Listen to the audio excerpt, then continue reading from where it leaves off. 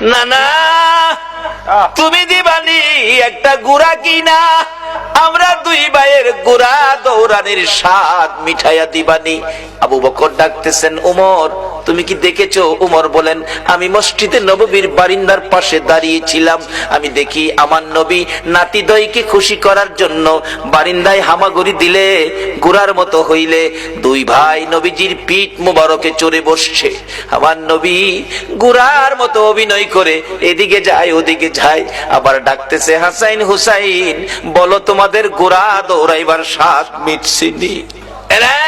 আবু বকর, আমি ওমর দেখেছি, মুস্কি মুস্কি হাসতেছিলাম। এই ঘটনা দেখে আমার নবী প্রশ্ন করে, এরে ওমর হাসতেছো কেন? হুজুর হাসি কি ভাগ্য, হাসাইন হুসাইন কত দামি ঘোড়ার উপর সোয়ার হয়েছে। আমার নবী চোখের পানি ছেড়ে দিলেন, এরে ওমর শুধু দামি ঘোড়াটাই দেখলা তুমি, যারা ঘোড়ার পৃষ্ঠে বসেছে তারা কত দামি তুমি দেখলা না? আমার নবী এত আদর করতেন হাসাইন আর হুসাইনকে। এমনি সময় উমর ফারুক ডাকতেছে, আমি দেখেছি নবী দুই নাতির দুই গালে চুমাইতেছে। খুশি হইছো নি নাতি? তোমরা দুইজন ঘোড়া দৌড়ানোর স্বাদ মিটছেনি? ও আবু বকর, আমার মন কয় এই দুই নাতি হাসাইন হুসাইন যদি না না না না কইয়া ডাকে রে, আমার নবী সব ভুলে যাবে। না না না ডাকে জবাব দিয়ে মাথা উঠাবেন। মদিনায় চলে গেলেন, খবর পৌঁছে দিলেন আলীর কাছে, আলী রে পাওয়া গেছে রে নবী রে।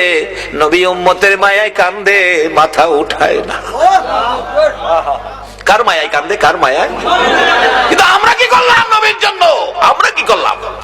আজকে আজ থেকে একটা আদর্শ বাড়িতে নেন, তাহলে নবীর কান্না সার্থক, আমাদের জীবন ধন্য। বাবারা রাত 2 ঘন্টা হয়ে গেছে, কষ্ট হইতেছে আপনাদের? মাপ পাবেন কিভাবে, স্বপ্ন দেখবেন কিভাবে, এটাই হবে আমার শেষ কথা। যাইতেছি পিছনে।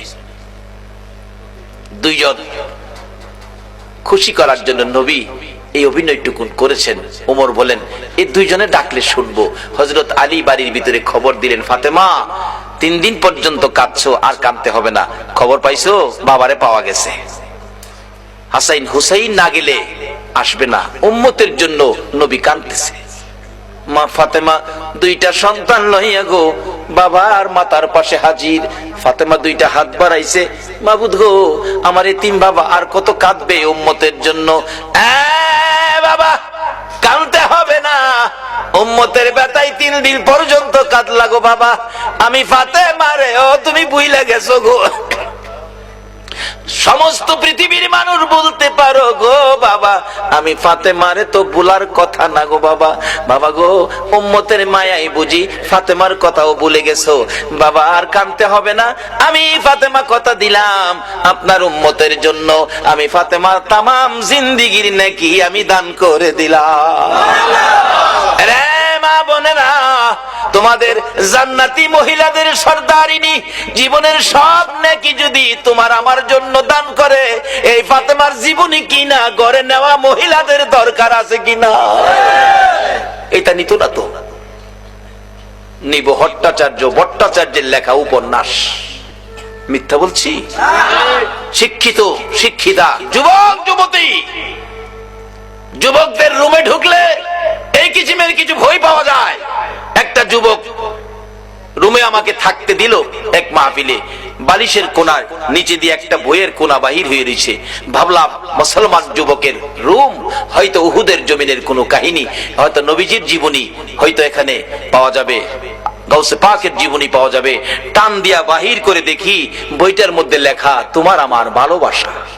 আল্লাহর কসম করে বলছি, এই বালিশটার নিচের বইটাই লেখা তোমার আমার ভালোবাসা। তুমি কার লেখা ভালোবাসা পড়তেছো?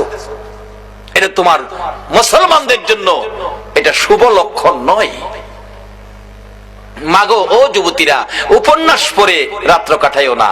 কোন কোন যুবতী মহিলা ফজর আযান পড়ে এটা উপন্যাস পড়ে, এটার কপালও কি আছে আল্লাহই জানে। যদি রাত্র কাটাইতে হয় কিছু পড়ে, ফাতেমার জীবনী পড়ে বইটা ফাতেমার জীবনীটা পড়ে রাত্র কাটাও। কাল কিয়ামতে খাতুনে জান্নাত ফাতেমাতুজ জাহরার সাথে তোমার হাসর হয়ে যাবে। না হয় পবিত্র কোরআন শরীফ পড়ে রাত্র কাটাও, তোমার জীবন ধন্য হয়ে যাবে। কিন্তু এক বর্তমান বাংলার সমাজ ধ্বংসের দিকে যাচ্ছে। উপন্যাস পড়ে ফাতেমার জীবনী কিনে নেয় না, উহুদের জমিনের ঘটনা কিনে বাড়িতে নেয় না। একটা মহিলাও বলতে পারবে না একটা ফাতেমার জীবনী ঘরে আছে, দেখাইতে পারবে না। বলতেছিলাম যে ফাতেমা তামাম জিন্দেগীর নেকি আপনার আমার জন্য দান করে দিয়েছে, তারপরও নবী মাথা উঠায় না। আপনার আমার ব্যথায় নবী কান্দে, ফাতেমার কথাও নবী শুনে না।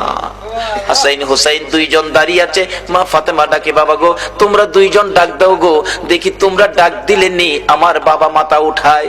আর কত কাঁদবো, 3টা দিন বাবার পার হয়ে গেছে। দুইজন দুই দিকে নানা কইয়া ডাকতেছে। হুসাইন ডাকতেছে, নানা গো দুনিয়ার সব মানুষ বলতে পারো গো নানা, আমি হুসাইন রে কেমনে বইলা গেলা গো না। যে হাসাইন আর হুসাইনের মায়াই আমার নবী হাসাইন আর হুসাইন দেখতে গেলেন।